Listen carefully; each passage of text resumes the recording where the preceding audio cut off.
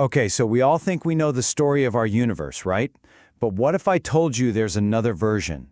Today, we're diving into an explainer on a worldview that gives us a radically different history, one that really challenges our common ideas about science, about history, and even about where we all came from. Right at the heart of it is this massive disagreement about time itself. You've got the standard secular view, which puts the age of the universe at about 14 billion years. But the sources we're digging into, they argue for a biblical age of just 6,000 years. And that's the puzzle, isn't it? We have the same fossils, the same starlight, the same rocks, but two timelines that could not possibly be more different. And that brings us to the fundamental question that our source material really wants you to ask. The authors here argue that the real issue isn't the evidence itself. Not at all. It's about your starting point. It's about the ultimate authority you trust to tell you what all that evidence actually means. Now, to build their case, the sources draw this really crucial line in the sand. They separate what they call operational science, the stuff we can test and observe and repeat right now, like chemistry or building an iPhone, from historical science, which is all about the unobserved past. And their argument is, since no scientist was actually there to see the Big Bang or the creation of the Earth, historical science always comes down to interpretation and belief. So, for that interpretation, this worldview says there is one, and only one, starting point, the Bible. It's presented not just as a religious text, but as the only reliable written eyewitness account of history, one that they believe was provided by God Himself. So from this perspective, it's the only foundation you can really trust to understand the past. And this gets us to this core idea of a lens.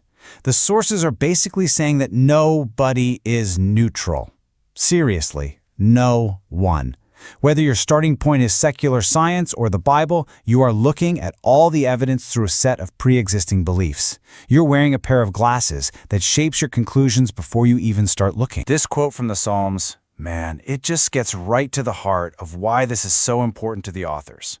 For them, the Bible, and especially the history laid out in Genesis, is that absolute non-negotiable foundation. And they argue that if you start to chip away at that, if you compromise that starting point, the whole structure of truth just starts to fall apart. Okay, so how does having this foundation actually change the way you interpret scientific evidence? Well, this worldview doesn't just reject the mainstream timeline, it takes a hard look at the very methods used to create it. And a big target is radiometric dating, what people often call the clocks in the rocks, which is so often cited as proof of an ancient Earth. The argument here is that these dating methods are totally dependent on three huge assumptions about the past that you just can't prove. First, you have to assume you know how much of the decay product, the daughter isotope, was in the rock to begin with. Second, you have to assume that rock has been a perfectly sealed container for eons, with nothing getting in or out. And third, you have to assume that the rate of radioactive decay has been perfectly constant for billions of years. The sources argue each one of those is an unprovable leap of faith. And to support this claim, they point to examples just like this one with these granite crystals. One dating method, based on uranium decay, gives an age of 1.5 billion years. But another measurement, this one based on how much helium from that same decay is still trapped in the exact same rock, suggests an age of only 6,000 years. For them, this isn't just a small error, it's a massive contradiction that blows a hole in the reliability of these methods. And it's not just about rocks. This worldview also completely rewrites the story of dinosaurs. I mean, forget them dying out millions of years ago. In this view, they were created on day 6 of Creation Week, which means they were living right alongside the very first people. The sources argue that the Bible actually talks about these incredible creatures. They'll point you to the behemoth in the book of Job, a creature that moves his tail like a cedar. So they ask the question, what animal that we know has a tail like a giant cedar tree? Their answer isn't an elephant. It's not a hippo. It's a huge sauropod dinosaur. This view also reimagines all those ancient global myths about dragons as possible historical records of humans actually encountering dinosaurs. This argument for the Bible's reliability also extends right into archaeology. The sources love to highlight cases where mainstream historians used to doubt the Bible, questioning if people like King Sargon or Belshazzar even existed.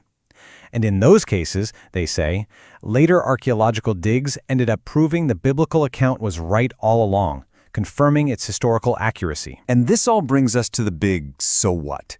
Why, for these authors, is this so much more than just some academic debate?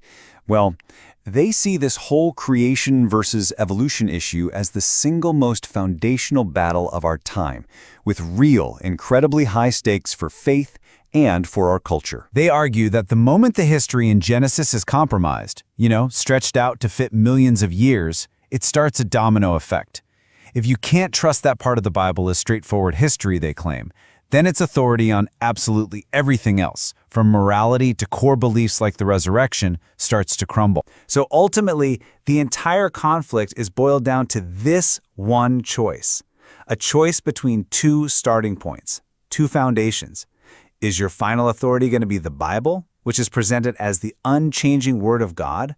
Or is it going to be what the sources call the constantly changing, fallible ideas of man? And so that leaves us right here, with the central question this whole worldview forces us all to confront.